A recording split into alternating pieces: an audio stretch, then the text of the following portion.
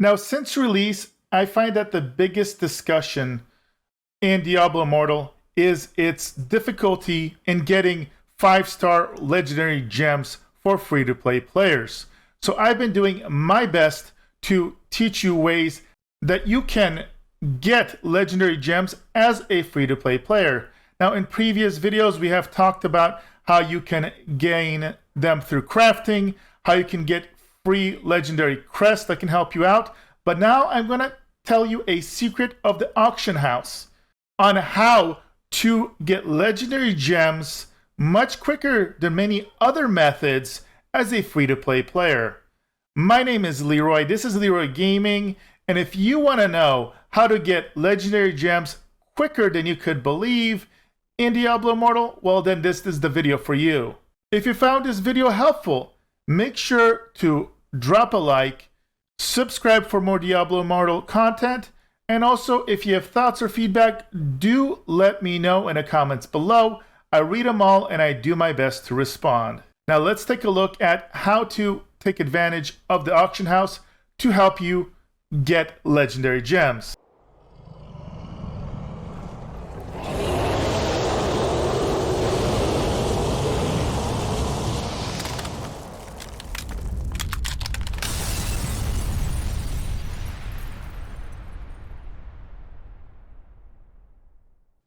Now, if you're a free-to-play player or even somebody that has spent some money, it's very possible that you may have never truly interacted with the auction house, except for maybe the little quest line that has you go and check it out. So here is the auction house in a nutshell. The auction house uses a premium currency called platinum to purchase everything. Now, you may think, oh no, this is just pay to win because you can buy this utilizing the eternal orbs on the money store. And that is correct. However, this is your main way of getting your foot in the door as a free-to-player as well, because everything you sell on the auction house sells for this platinum. And you can buy anything on the auction house exclusively through the platinum. Now, the key is knowing what to sell. And right now, I'm going to teach you something that any free-to-play player can do. Now, in previous videos, I've talked about charms and how they can be cost effective, but the key here lies in gems, but not just any gems. So if you were to go and sell normal gems, what you're going to find is that there's a lot of them on the market, and their value can go anywhere from like 360 to 390, maybe 400, but it can get lower, and they don't always instantly sell. Now, the key to the success is knowing, in my opinion, the sweet spot for a free-to-player on what kind of gems to sell. And I'm going to show you this on a gem crafter interface. So if you go to the apprentice jeweler, you can go and you can basically combine your gems. Now, do note there's two types of gems, bound ones and unbound ones.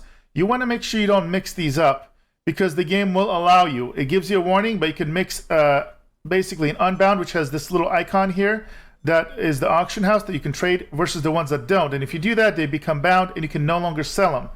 And what you want to do is, when you gather up gems, my recommendation as a free-to-play player, do not use any of the gems, if you can avoid it, if you're trying to save up money, that are basically tradable.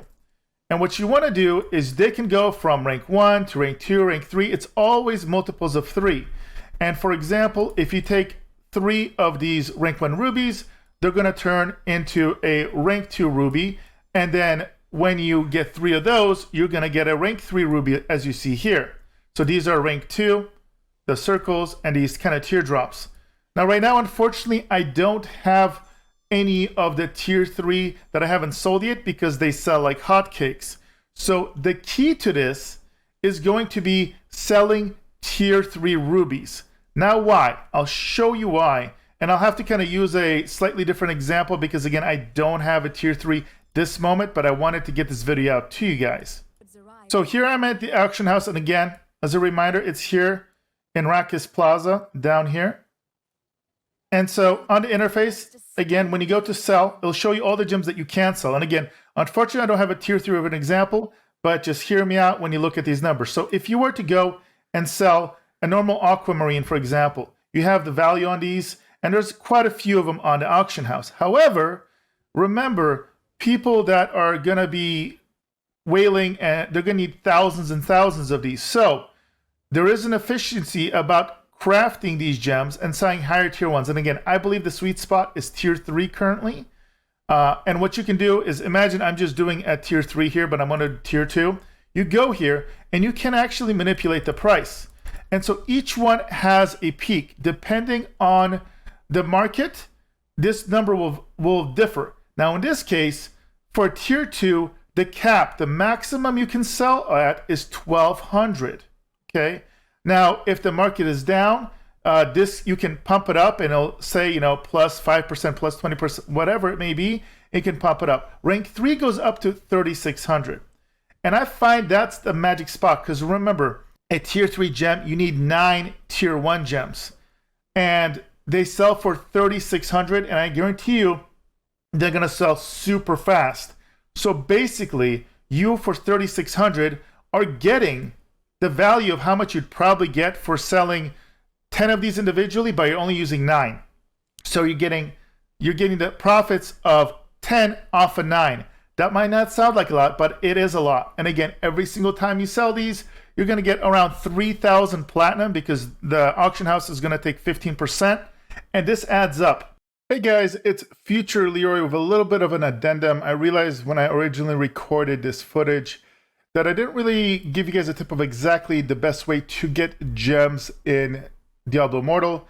So here is the trick. Number 1, you want to make sure that you're always running with 4 players whenever you can. So if you run dungeons, or if you're out in the world farming, and you're in a 4-player group, you're going to get a special buff that says it increases the drop chance of gems. And this buff is significant. I mean, it means the difference between finding gems and not. Now, if you're in Hell 2 difficulty, for example, you have to run in 4-man, but if you're playing normal or Hell 1, you're not going to be forced to run in a 4-man group, so you may not know about this. But also, if you're farming EXP out, killing mobs in the outside world, if you run a 4-man or 4 people, you will get this buff as well. Now, here's the other thing.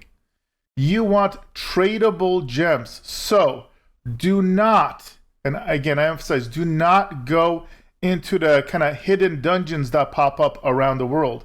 Those are great for little loots, and you will get gems, but you will notice that they are bound. They are not tradable. Now, the other thing to note here is there is a cap to how many gems you can find in the world. And I believe this resets either every 12 hours or 24 hours. I don't know the exact number.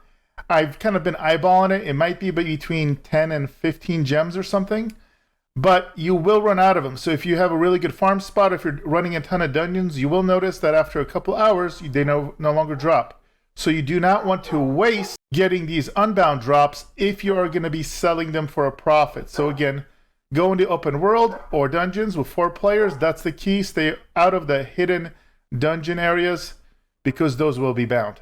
Now back to the video. It may not be, instant, but if you think about it, this is going to add up. And let's take a look how much it costs to buy a 5-star gem. Now I find that the sweet spot for free-to-play players is going to be buying either 2-star or 3-star. So you're going to be paying between 50 and 60,000 of these per 2-star, and then close to about 100, so 90 to 100,000 for a 3-star. Now 4 and 5-star are available, and they get kind of out of hand. You could still get them, but they're probably not worth your time and money. Because remember, you're going to get actually the vast majority of the value just by getting a 2-star. There is a huge jump just getting a 5-star gem. And what's amazing about this isn't random. You can, over a couple weeks, save up 55,000 gems if you are premium currency, platinum currency, for free, just selling all of your unbound gems the way I'm telling you. Think about it. About 15 transactions of rank 9 or rank 3 gems are going to get you roughly 50,000 platinum after the charges, after the auction house charges, and there's no charges when you purchase these. So you can go ahead and literally get any gem you want. They're on the market, and depending on how busy your auction system is, there may be quite a few of them, and over time, these prices will get suppressed. So this is, in my opinion, the best way a free-to-play player can get 5-star gems. It does not take 6 years. I guarantee you, you spend maybe a month or two of grinding if you're kind of casual, or potentially faster if you play every day, and you're going to get yourself at least a 2-star or 3-star gem that you want. Not random one, you target it, you purchase it. Hope that helps you guys out. If it does, make sure to drop a like. Let me know your comments on your opinions. If you have any other tips to share with the other players, let them know in the comments below. And if you have anything else to share for me to test out, let me know as well. I will. And if anybody gives me a recommendation and I use it in a future video, I'll make sure to give you a nice shout out. All right, guys, thank you for all the support and love, and I'll see you in the next video.